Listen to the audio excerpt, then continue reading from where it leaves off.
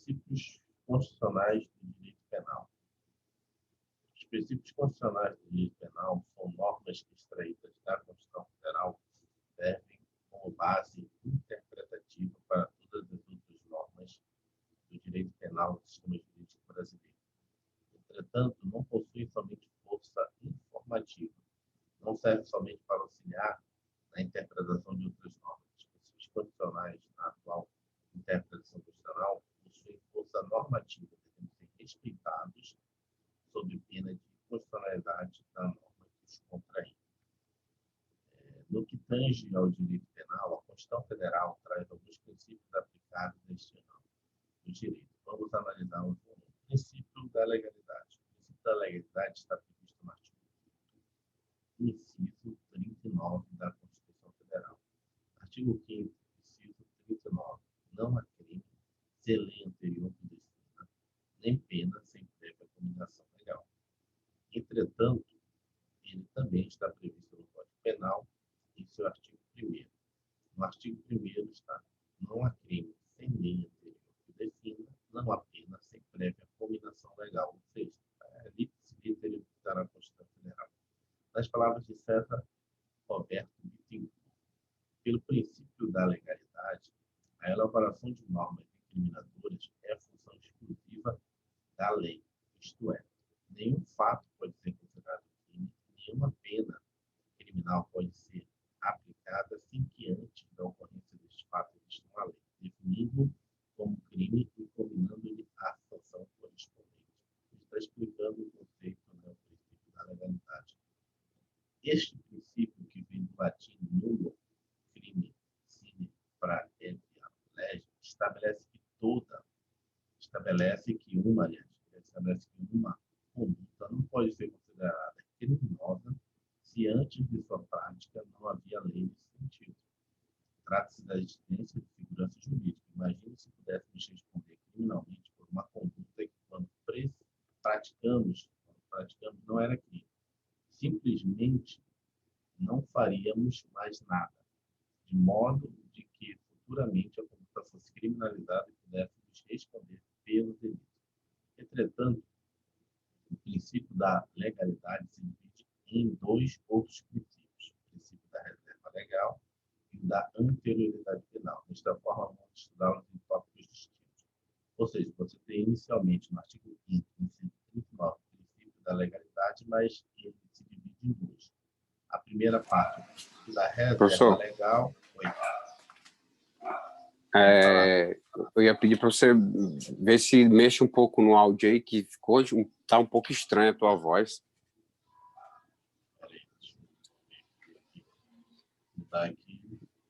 Já teve mais limpa outra vez. Agora, melhor. Não, agora eu estou pegando um ruído pelo fundo. A voz até ficou mais limpa. Ó, sua voz está bem mais limpa. Vou ligar aqui, agora está melhor? Ó, agora tá perfeita agora. Tá. Ações. É o meu despertador aqui. E aí vamos novamente ao princípio da reserva legal. Então, o princípio da legalidade se divide em dois, né? Primeira parte é reserva legal, a segunda parte é anterioridade. Princípio da reserva legal.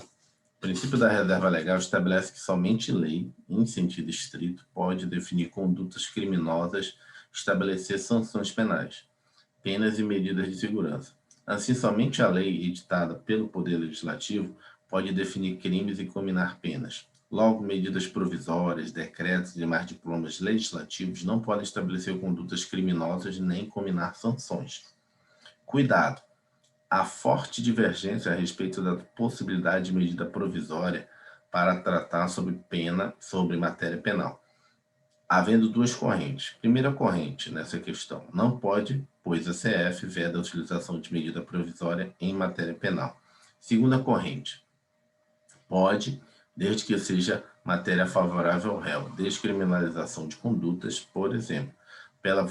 Prevalece esta corrente no STF, ou seja, como o princípio da reserva legal, ele é lei em sentido estrito, A medida provisória, apesar de ser uma lei também em sentido estrito, ela tem uma característica que descaracteriza ela, que é a possibilidade do Poder Executivo editar e ela já ter força de lei. Então, ela tem essa característica e ela tem essa possibilidade de, após 120 dias, ela deixar de existir, se ela não for aprovada nas duas casas pelo Congresso Nacional. Então, tem toda essa divergência aí. Eu não me lembro agora de cabeça qual o artigo especificamente que diz que ela não pode tratar de matéria penal. Eu sei que é o artigo 62, né, que trata de medidas provisórias, mas não sei se está especificamente lá dizendo que não pode tratar de direito penal e direito processual penal. Talvez esteja. Mas aí já abriu aqui essa divergência. Se for para descriminalizar, pode, no sentido de, né, de favorecer o réu. Assim, é possível que haja violação ao princípio da legalidade sem que haja violação à reserva legal.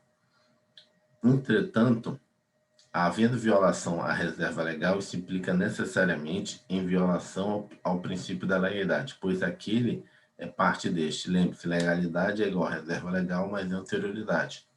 Ou seja, o que ele está dizendo? Que às vezes você pode ocorrer em determinadas situações que haja, né, uma violação ao princípio da legalidade, né, que matéria em sentido estrito da lei, que seria o caso de uma medida provisória, mas não haja, né, uma violação da reserva legal. Mas se houver violação da reserva legal, logicamente vai ter a violação justamente da princípio da legalidade. Sempre entender que um é o gênero e o outro é a espécie. O princípio da reserva legal implica a proibição da edição de leis vagas com conteúdo impreciso. Isso porque a existência de leis cujo conteúdo não seja claro, que não se sabe ao certo qual conduta está sendo criminalizada, acaba por retirar toda a função do princípio da reserva legal, que é dar segurança jurídica às pessoas, para que estas saibam exatamente se as condutas por elas praticadas são ou não crime. Por exemplo, imagine que a Lei X considere como criminosas as condutas que atentem contra os bons costumes. Ora, alguém sabe definir o que são bons costumes? Não, pois se trata de um termo muito vago, muito genérico, que pode abranger uma infinidade de condutas. Assim, não basta que se trate de lei em sentido estrito, lei formal. Esta lei tem que estabelecer precisamente a conduta que está sendo criminalizada, sob pena de ofensa ao princípio da legalidade. Trata-se do princípio da taxatividade da lei penal. Ou seja, dentro do princípio também da reserva legal, ele está explicando que existe o princípio da taxatividade da lei penal. Seria o seguinte, uma lei ela não pode ter sentido genérico. Imagina, deixar aberto. Isso ocorre muito nos estatutos, né? E aí eu fui militar da Marinha, ocorre muito nos estatutos militares. Às vezes, isso aí já foi até julgado inconstitucional, em alguns casos, algumas ações de colegas, porque, às vezes, nos estatutos militares, que a gente chama de regulamentos disciplinares, tem regras que falam que a lei não, né? A conduta que não estiver enquadrada nos incisos anteriores, o comandante pode enquadrar, né, se ele achar adequado. Ou seja, é muito aberto, não tem taxatividade da conduta, né? Isso tem muito. A Marinha tinha um inciso, tinha mais de 80 condutas que era como se fosse não é crime, mas era um regulamento disciplinar, então era uma irregularidade disciplinar, né? Mas era uma disciplina. E a gente, em parágrafo, sempre dizia que, se não tivesse enquadrado ali, o comandante poderia enquadrar o cara baseado no parágrafo único. Ou seja, isso é uma falta de taxatividade da conduta. Entendi. Tipo assim, não especifica direito o que pode ser punível, o cara vai lá às vezes e pode até abusar e fazer o que ele quer dentro do que ele achar que se enquadra lá, é isso? Isso. E aí, De na certa Marinha, forma, assim, o ambiente que eu estava na Marinha sempre tinha algumas ações na justiça, né? Porque não tinha um enquadramento correto e dava, né, punia o militar baseado no parágrafo único, que era justamente esse, que não tinha taxatividade, que é que a pessoa fez.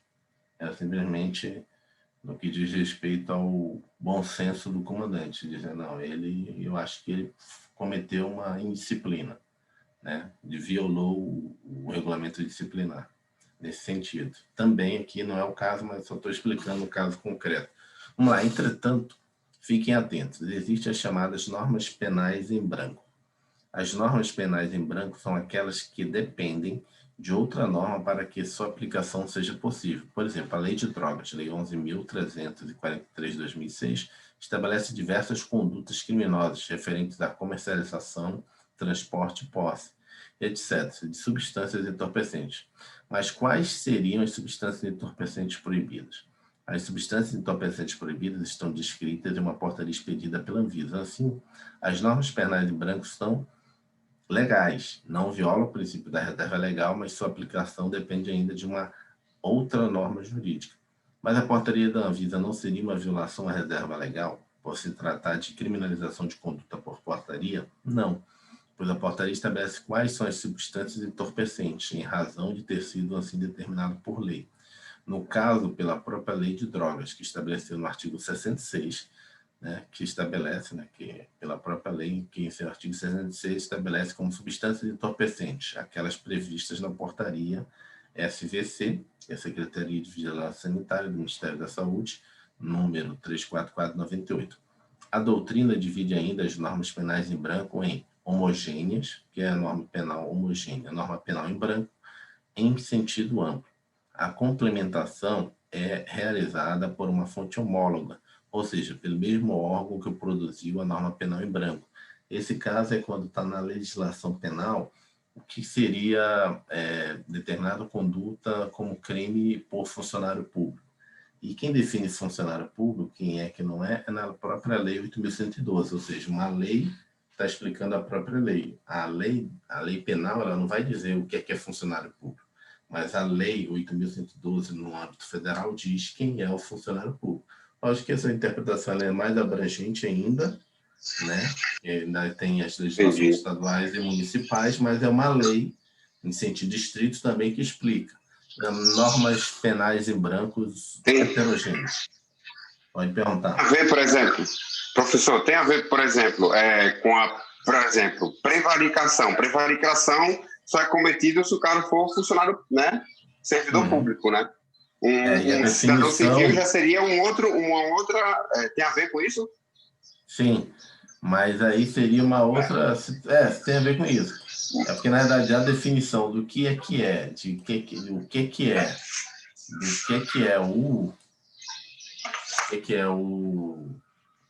vamos dizer assim, o que é servidor público está na lei.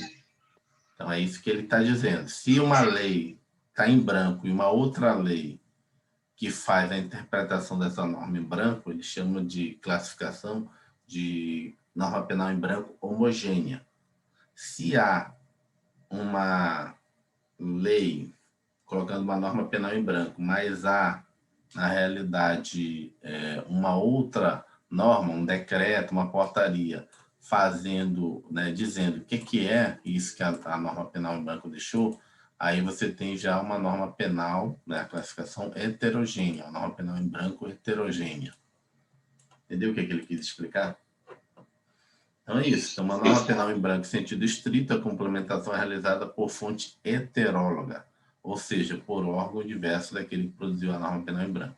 Além disso, em razão da reserva legal em direito penal, é proibida a analogia in mala partem. O que é isso? Que é analogia em desfavor do réu. Assim, não pode juiz criar uma conduta criminosa não prevista em lei, com base na analogia, tampouco pode utilizar a analogia para, de qualquer forma, agravar a situação do réu. Isso aqui seria o caso. Você não tem uma norma na hora do juiz fazer a sentença, o juiz aí não pode se eximir de sentenciar, está nas normas, né, nas normas de introdução ao direito brasileiro. Tem lá toda a forma que o juiz pode atuar nessa situação, e uma delas é fazer analogia, mas no caso da aplicação do direito penal, ele não pode fazer uma analogia in mala partem, ou seja, pegar uma lei que fala de um outro crime parecido e você aplicar essa lei diversa. Então, vamos ver um exemplo aqui. João pratica o crime X durante uma grave crise hídrica no país, racionamento de energia. Não há causa de aumento da pena para este crime, em razão de ter sido fato praticado durante a crise hídrica. Embora exista uma causa de aumento de pena, nesse sentido, para o crime Y, outro crime, portanto, né? O juiz, todavia, aplica ao fato praticado por João crime X, por a causa de aumento de pena prevista para o crime Y, por entender que o crime X é semelhante ao crime Y e, portanto, a causa de aumento de pena seria ele também aplicável por analogia. Ou seja, o João praticou o crime X, que é o crime de furto de energia elétrica, né? Então, você furta energia elétrica fazendo gato, mas não tem no crime de furto de energia elétrica, que é o famoso gato, o aumento de pena, ou seja, o agravante pelo fato de você estar fazendo gato no período em que todo mundo está racionando. Mas em uma outra lei tem um crime parecido, né? Sei lá, furto de água, furto de alguma coisa, e que tem aumento de pena, né? Por causa de haver racionamento nesse momento. Ele aplica esse aumento de pena por analogia. Isso é proibido, é inconstitucional. Você não pode fazer esse aumento de pena. E aí, vamos ler aqui, que aí daqui a pouco eu explico, é com relação à interpretação extensiva, né? Parte da doutrina entende que é possível, Outra parte entende que a semelhança da analogia in mala parte não é admissível. A interpretação extensiva difere da analogia, pois naquela a previsão legal existe, mas está implícita. Nesta, a previsão legal não existe, mas o juiz entende que, por ser semelhante a uma hipótese existente, deve ser assim enquadrada. Cuidado com essa diferença. O que ele quis explicar aqui nesse parágrafo? É o seguinte, na analogia eu tenho um crime, né? E aí eu aplico, né, uma outra lei. Na interpretação extensiva, ela difere da analogia porque naquela, né, não existe a norma penal, mas nesta, né, existe a norma penal, ou seja, eu interpreto extensivamente, ou seja, eu ultrapasso o que está descrito na norma penal. Ou seja, não estou trazendo uma analogia de outra lei, simplesmente estou interpretando mais do que a lei está me dando direito. E aí, nesse caso, né, tem gente que diz que, como na mala parte não pode, mas existe uma outra parte da doutrina que diz que pode. Ou seja, diz que eu posso fazer uma interpretação extensiva, né, e punir mais severamente a pessoa. Seria o caso de dizer que eu estaria transportando droga e aí, por alguma forma, o juiz olhasse ali uma situação em que eu não estaria transportando, fizesse a interpretação extensiva do fato, não, na realidade não é só transportar. E que no caso da lei de drogas é qualquer situação que esteja envolvida, coisa, mas aí ele fala, não, é você portar. Ou seja, ele fez uma interpretação extensiva, né, da lei. A lei, se a lei diz que o tráfico é só transportar, ou não, eu só estou tentando montar um exemplo aqui, não sou muito afeto de direito penal, mas seria assim, pegar uma coisa que está escrito, e tentar extensivamente, ou seja, a mais interpretar, ele não está trazendo de outro local, está ali dentro da norma. A norma está dizendo X, ele está dizendo, não, na verdade é X mais 1. Ou seja, está interpretando extensivamente. Parte da doutrina diz que isso não é possível, outra parte da doutrina diz que é possível. E aí ele coloca aqui, entretanto, em prova objetiva, o que, é que a gente faz? Já que tem, né, doutrina diversa, isso sempre ocorre no estudo do direito. Nesse caso, surgir adotar o entendimento de que é possível a interpretação extensiva, mesmo que prejudicial ao réu, pois este foi o entendimento adotado pelo STF, ainda que não haja jurisprudência sólida nesse sentido. Ou seja, analogia é inconstitucional. Você não pode trazer de uma outra lei e tentar aplicar, né, para a pessoa, por analogia, um crime ou uma punição mais severa, que é a analogia in mala parte. Você não pode, é inconstitucional. Aí você está cometendo uma inconstitucionalidade. No caso da interpretação extensiva, né, uma parte da doutrina, inclusive já tem entendimento do STF, que é possível você fazer essa interpretação extensiva. Então, para prova objetiva, analogia não pode, interpretação extensiva pode. Você ia perguntar o quê? No caso, existe um padrão, assim, por exemplo, se eu tiver uma divergência entre o STJ e o STF, eu tenho que necessariamente me voltar para o STF, uma vez que ele é uma corte superior, vamos dizer assim, não sei se é a hierarquia, mas ele é o superior, né? Ou de acordo com as bancas que adotam a doutrina STJ e a doutrina STF. Como é que é isso aí? Há um padrão, não há? Nesse caso aí, direcionou a gente aí para o STF. Tá, mas na verdade, sim, não existe, de certa forma, uma hierarquia entre os tribunais. O que existe são competências jurisdicionais do tribunal. Ao STF, cabe a garantia de interpretar a Constituição. Essa é a função do STF, do Tribunal Federal. É fazer, né, a garantia do nosso direito constitucional, ou seja, da Constituição. Ele não é superior, apesar do nome dele ser Supremo, mas em termos em tese, ele na realidade já foi até considerado anteriormente não era Supremo, era superior. E o STJ não existia. Não existiu o STJ, o superior. Existia só o superior, que era o STF hoje, e o STJ, que foi criado na Constituição de 88, se chamava TRU, Tribunal de Unificação, um negócio assim. Por quê? Qual é a função do STJ na realidade? É fazer a harmonização da legislação federal. Ou seja, divergências de tribunais inferiores em relação à legislação, não que ele também não julgue as coisas constitucionais. Qualquer tribunal pode julgar coisa constitucional. Até o juiz pode julgar uma coisa constitucional. E aí a gente vai estudar esse direito constitucional chamado controle de constitucionalidade difuso e controle de constitucionalidade concentrado. Essa é uma outra coisa. Mas aí, do ponto de vista da competência originária do STJ, é fazer esse julgamento no que diz respeito à legislação federal. Ou seja, se o tribunal julgou de um jeito, ou seja, tem entendimento diverso para a interpretação de uma lei federal, e o outro tribunal tem diferente, eu recorro para o STJ.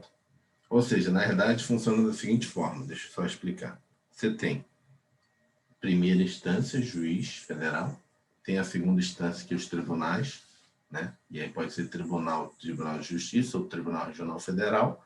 Acima, tanto do Tribunal Regional quanto do Tribunal de Justiça, você tem, não acima, quero falar assim, possibilidade de vamos dizer assim, de recorrer ou de apelar o STJ.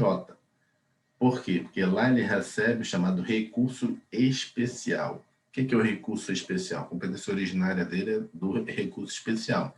Então, tem os critérios para você entrar com recurso especial. Então, tem essa questão, tem os critérios para você entrar com recurso especial. Tanto é que não existe essa hierarquia, em alguns casos, e aí até o caso do tribunal, até o caso, às vezes, dos tribunais juizados especiais federais, quando você recorre de um juizado especial, de uma turma do juizado especial, né, que não é o Tribunal Regional Federal, você recorre direto para o STJ, não passa nem pelo tribunal. Ou seja, não existe uma hierarquia, existe uma competência que é dada pela lei que tem essas harmonizações. No caso do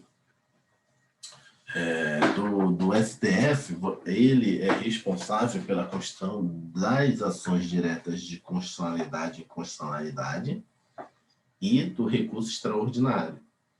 Ou seja, tem qual o tipo de recurso que você vai ter específico para cada tribunal, entendeu? Então, muitas vezes, não significa que quando sair do Tribunal Regional Federal, você vai fazer um recurso para o STJ para depois ele ir para o STF. Não. Você pode fazer um recurso do tribunal direto para o STF, sem passar pelo STJ. Porque é direto uma ação direta, direto uma questão de constitucionalidade. Então, precisa ir para o STJ. O STJ é se for um recurso especial. Não, isso é caso de recurso especial. Vai para o STF, para o STJ. Ah, mas mesmo assim você não ficou satisfeito. Eventualmente você pode recorrer para o STF. Mas você pode suprimir e dizer, não, isso aqui saiu do tribunal, vou recorrer para o STF. Isso aqui é um caso de STF, é um recurso, é uma ação direta de inconstitucionalidade, né? Ou é um recurso extraordinário. Então, o recurso para o STJ, isso cai muito em prova. O recurso para o STJ, recurso especial. Recurso para o STF, recurso extraordinário. São os dois tipos de recursos que a gente tem.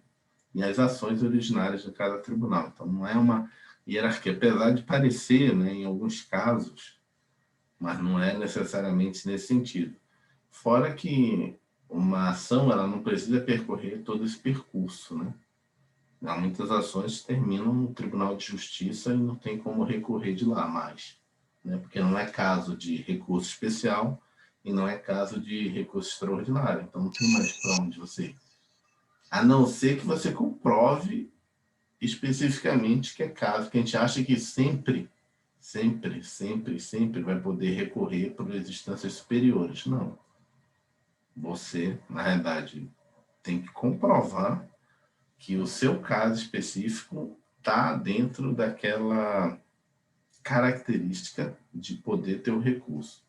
Senão, vai morrer no tribunal. Morrer não, né? Vai acabar a ação da justiça. E ainda existe a justiça militar. Para você ter uma ideia, nós temos a justiça militar, que ela é... Nosso sistema judiciário brasileiro é bem mais diferente dos outros.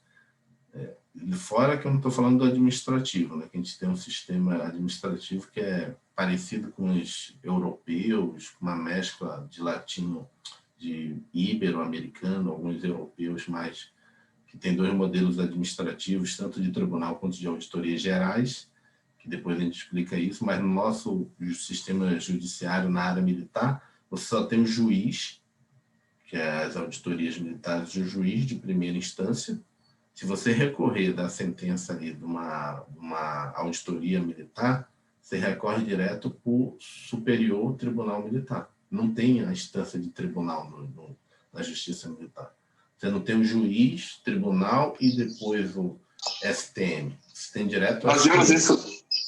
Nós vimos isso com o irmão Temino, foi? Eu lembro que não passava por essas coisas, não. Uma pergunta, o judiciário ele é do Poder Executivo, não é isso ou não? Não, né? Ele é a parte, ele é uma... Não, no estudo do direito constitucional, você entende como é que é formado os poderes. O poder é uno, indivisível, deixa um poder só que ele se particiona, só que aí você particiona o poder, né, poder em 3 funções. Uma das funções é a judiciária, outra função é a legislativa e fiscalização, tem uma terceira função, que é a função, na realidade, executiva. No Brasil, a gente dá muita preponderância à função executiva, mas a função executiva, na realidade, lá atrás, ela era menos importante.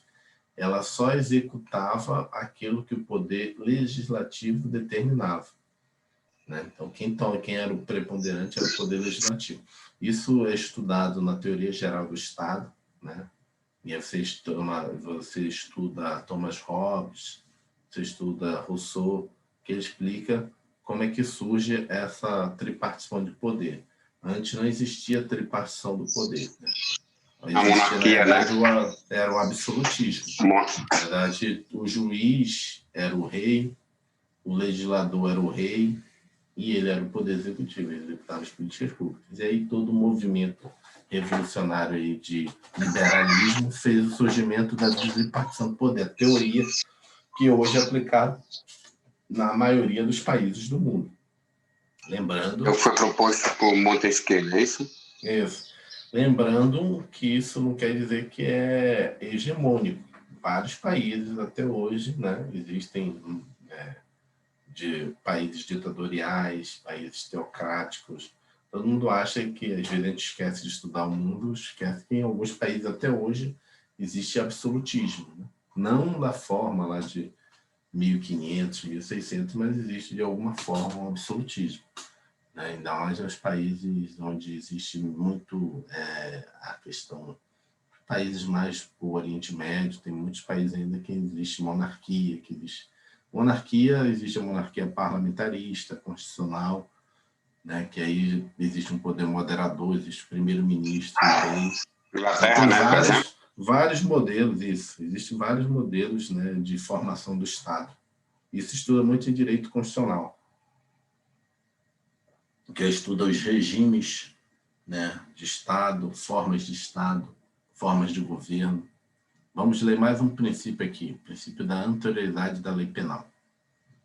O princípio da anterioridade da lei penal estabelece que não basta que a criminalização de uma conduta se dê por meio de lei em sentido estrito, mas que esta lei seja anterior ao fato, à prática da conduta. Exemplo, Pedro dirige seu carro embriagado no dia 20/5, tendo sido abordado em uma blitz e multado.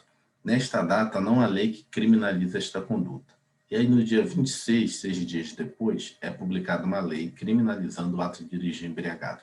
O órgão que aplicou a multa remete os autos do processo administrativo da multa ao Ministério Público, que oferece denúncia por crime de dirigir alcoolizado. A conduta do Ministério Público foi correta? Resposta: não. Pois, embora Pedro tivesse cometido uma infração de trânsito na data do fato, a conduta não era considerada crime.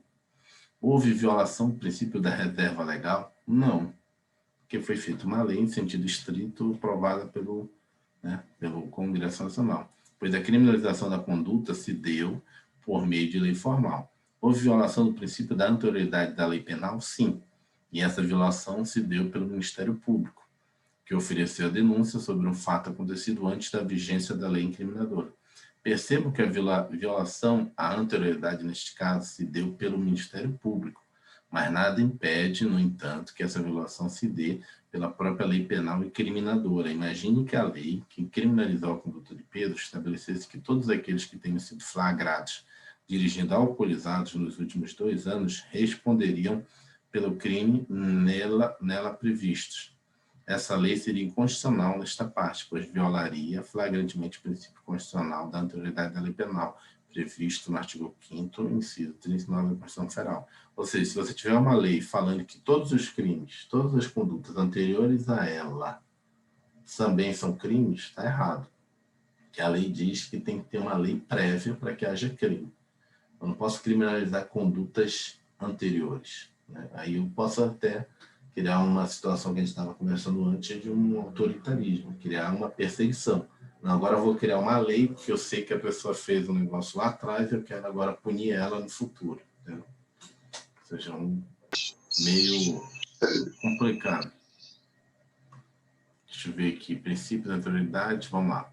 Princípio da anterioridade da lei penal. Combina no princípio da irretroatividade da lei penal. Pode-se dizer, inclusive, que são sinônimos. Entretanto, a lei penal pode retroagir? Sim. Como assim?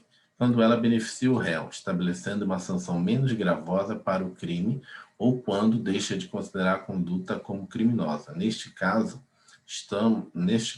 haverá retroatividade da lei penal, pois ela alcança fatos ocorridos antes da sua vigência. Ou seja, eu posso fazer uma lei penal em que ela vai abranger os fatos do passado, mas desde que seja para beneficiar o réu. Lembrando que nosso princípio, né, a nossa construção do direito penal é a construção do direito penal de reintegração. Então, toda a situação na qual você vê uma legislação, você interpreta ela na forma de beneficiar o réu, ela é possível, né? Mesmo que seja contrária, como se fosse uma exceção, que é a construção do nosso direito penal, o princípio de restaurativo, princípio penal restaurativo, né? O princípio de buscar integrar a sociedade novamente à pessoa criminosa. Exemplo, imagine que Maria seja acusada em um processo criminal por um determinado crime X, fato cometido no dia 20/4/2005.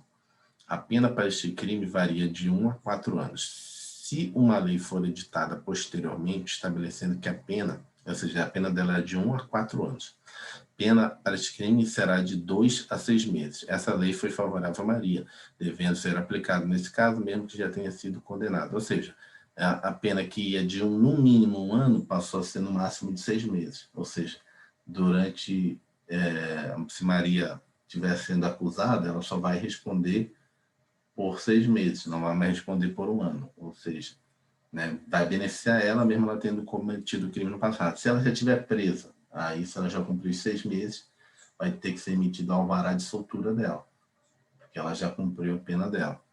Essa previsão se encontra no artigo 5º, inciso 40. Artigo 5º, inciso 40. A lei penal não retroagirá, salvo, ou seja, exceção, para beneficiar o réu. Mas se Maria tiver sido condenada a 2 anos de prisão e esteja cumprindo pena há mais de 1 ano, nesse caso, Maria deve ser colocada em liberdade, pois, se sua condenação fosse hoje, não poderia superar o limite de 6 meses. Como já cumpriu mais de 6 meses, sua pena será extinta. Obviamente, se a lei nova, ao invés de estabelecer uma pena mais branda, estabelece que a conduta deixa de ser crime, o que chamamos de abolício criminis. Também será aplicado aos fatos ocorridos antes de sua vigência, por ser mais benéfica ao réu. Não se trata de um benefício ao criminoso, né? Trata-se de uma questão de lógica. Se o Estado considera hoje que uma determinada conduta não pode ser crime, não faz sentido manter preso da sequência a um processo pela prática deste fato, que não é mais crime, pois o próprio Estado não considera mais a conduta tão grave a ponto de merecer uma punição criminal. Vamos lá. Atenção. No caso de leis temporárias, o que é leis temporárias? São leis que vigoram um determinado tempo. A lei da Copa do Mundo só vigorou durante o período da Copa do Mundo, né? Então, tem várias leis que são temporárias. Não é a medida provisória, não. A medida provisória, se ela for aprovada, ela vai continuar valendo ad eterno. A lei temporária é uma lei que você diz, ó, de tanto a tanto vai vigorar dessa forma a situação no Brasil. Então, de tanto a tanto, teve uma legislação específica para a Copa do Mundo, para as Olimpíadas, no que diz respeito a terrorismo, a organizações criminosas, porque desses grandes eventos internacionais tem a possibilidade de haver esse tipo de conduta criminosa, né? Pessoas de outros países, essas coisas todas, que não existe normalmente no nosso direito brasileiro, porque a gente não é tão, né, legislando sobre isso, como outros países dos Estados Unidos, mas naquele período teve uma lei. Então, existem essas leis temporárias. Acabou a Copa do Mundo, volta ao normal. Tanto é que teve, na época da Copa do Mundo, não sei se você lembra, algumas pessoas foram presas preventivamente, né? Que achavam que elas iam fazer protestos, poderiam fazer, né, algumas situações em estádio, essas coisas todas. Que aqui no Brasil poderia ser, sei lá, uma baderna, alguma coisa nesse sentido, mas naquele momento que ela poderia se tornar um terrorista, alguma coisa nesse sentido, e eles foram presos, né, bem preventivamente mesmo. Estavam ainda arquitetando o crime. Entendi. Por isso que é preventiva, né? Que é para prevenir um futuro... porque hoje... por exemplo... Hoje, no Brasil, se você tiver uma situação lá que você está pensando em cometer um crime, arquitetando, se organizando, em alguns casos, o cara diz, mas ainda não cometeu, a gente vai ficar aqui esperando para fazer o flagrante deles. Mas existia legislação no período da Copa do Mundo e das Olimpíadas que só o fato de estar nessa situação já dava o direito do juiz emitir um mandato de prisão. Porque você está botando em risco pessoas de outros países, pessoas internacionais. Você nem corre o risco de esperar nada. Vocês estavam arquitetando fazer alguma bagunça, alguma... No meu caso, na época, era isso, né? Só queria fazer algum protesto. Não protesto... O decreto ele não tem força de lei, não, né? Não, tem força de lei, mas só que só vale naquele período. Vamos por exemplo, a multa de andar sem máscara na rua, por exemplo, isso pode ser tido como uma lei temporária? Ou um decreto temporário? Sim, andando sem máscara. Há várias leis agora, foi bom exemplo esse. Várias leis agora, nós estamos atualmente vivendo, são leis temporárias. Por exemplo, existem várias leis, inclusive na área do direito produtivo, direito do setor produtivo, direito empresarial, que são temporárias, só vão vigorar até 31 de dezembro. Durante tiver ocorrendo a pandemia, determinadas situações não vão ser cobradas das empresas. Então, são leis temporárias. Então, cadastro de dívida ativa, várias situações estão ocorrendo aí, só até 31 de dezembro o governo não pode cobrar dessas empresas. Ou seja, são lei temporária. A partir daí você volta a poder executar a empresa, fazer execução fiscal, essas coisas nesse sentido. Vamos ler aqui para finalizar esse princípio. No caso das leis temporárias, a lei continuará a produzir seus efeitos, mesmo após o término de sua vigência. Caso contrário, perderia sua razão de ser. O caso mais clássico é a lei seca, para o dia das eleições. Nesse dia, o consumo de bebida alcoólica é proibido durante certo horário. Após o término das eleições, a gestão de bebida alcoólica passa a não ser mais crime novamente. Vamos ler de novo. No caso das leis temporárias, a lei continuará a produzir seus efeitos mesmo após o término de sua vigência. Caso contrário, perderia sua razão de ser. O caso mais clássico é o da lei seca, para o dia das eleições. Nesse dia, o consumo de bebida alcoólica é proibido durante certo horário. Após o término das eleições, a ingestão de bebida alcoólica passa a não ser mais crime novamente. Entretanto, não houve o abolício crimes.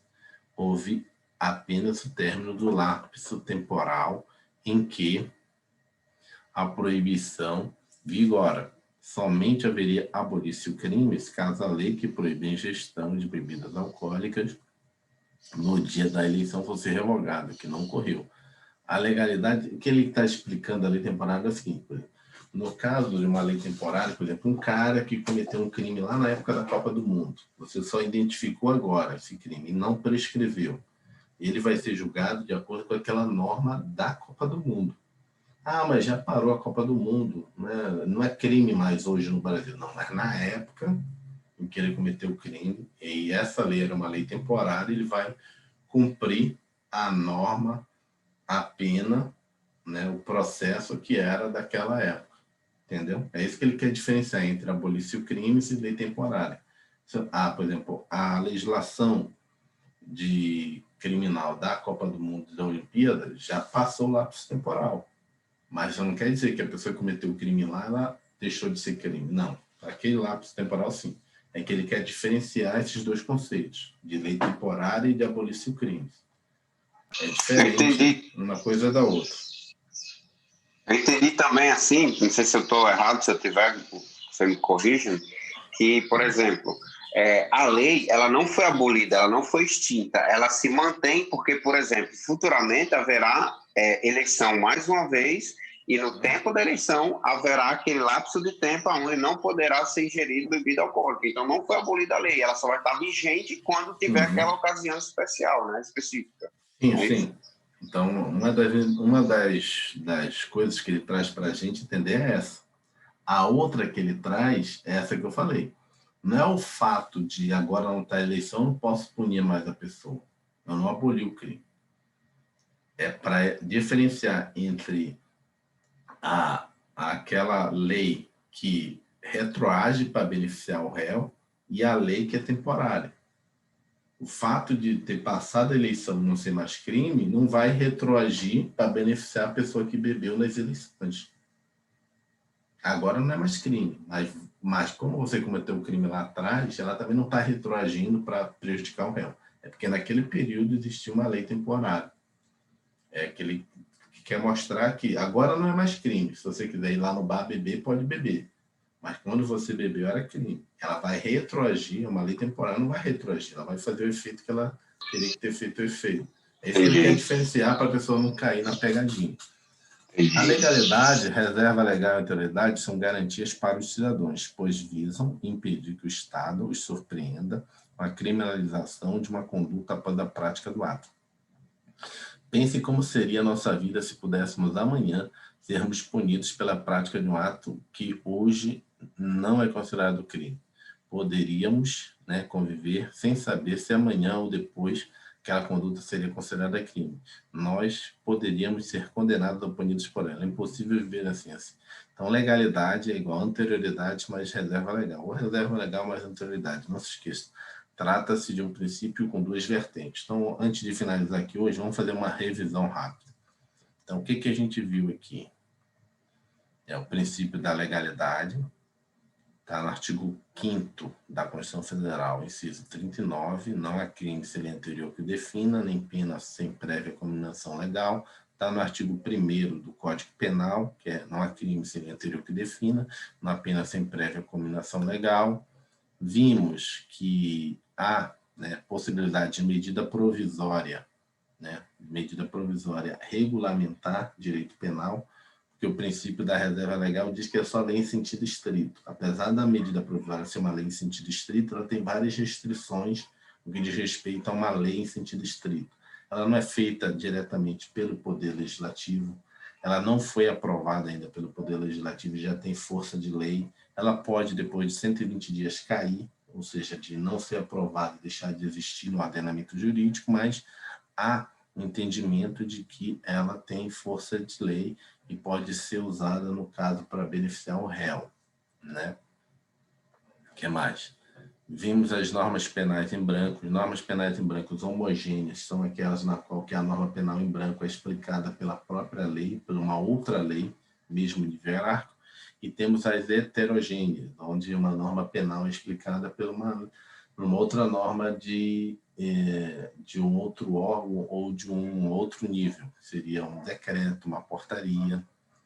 Vimos o princípio da reserva legal, né? Não, isso aqui está voltando, foi mal. Normas penais em branco, princípio da anterioridade, ou seja, a lei tem que existir antes. Vimos também a questão da analogia, né? A analogia em mala parte não pode, só que a interpretação extensiva pode, né? É o entendimento do STF. Princípio da anterioridade, ou seja, a lei tem que ser anterior à prática do ato. Se for posterior, você não será punido. E se tiver uma lei que descriminaliza, mesmo você já tendo sido punido, ela retroage para beneficiar o réu. Ela não retroage a lei, ela é anterior, mas ela retroage no caso de para beneficiar o réu. E acabamos de conversar sobre a questão das leis temporárias, que é diferente de anterioridade penal, né? Ela retroage mesmo para, em tese, prejudicar o réu, né? Porque, na verdade, não está retroagindo, está fazendo o efeito dela. Amanhã a gente continua, né, sobre o princípio da individualização da pena.